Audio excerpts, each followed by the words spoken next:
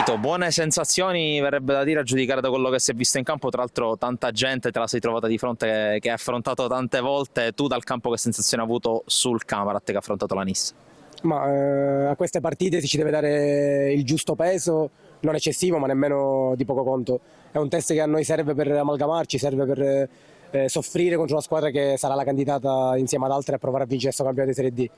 Le sensazioni sono ottime, ci siamo aiutati, ci siamo sacrificati, stiamo cominciando a fare squadra e dopodiché arriverà il discorso di essere un gruppo. Per il resto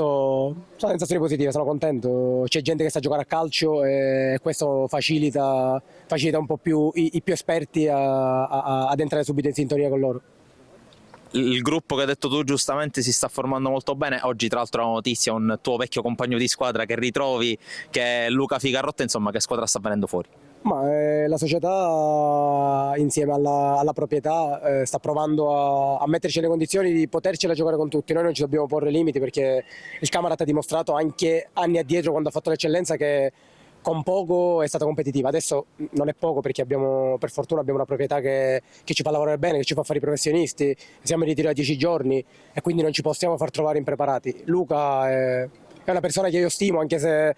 litigheremo penso almeno una ventina di volte quest'anno, però Luca è un ragazzo a cui sono legato, è un ragazzo a cui voglio dare una mano dopo quello che è successo e l'ho portato insieme al direttore e alla società nell'ambiente perfetto per lui, quindi adesso sta a lui rimettersi dentro e darci una mano per giocarcela con chi dirà che vorrà vincere questo campionato.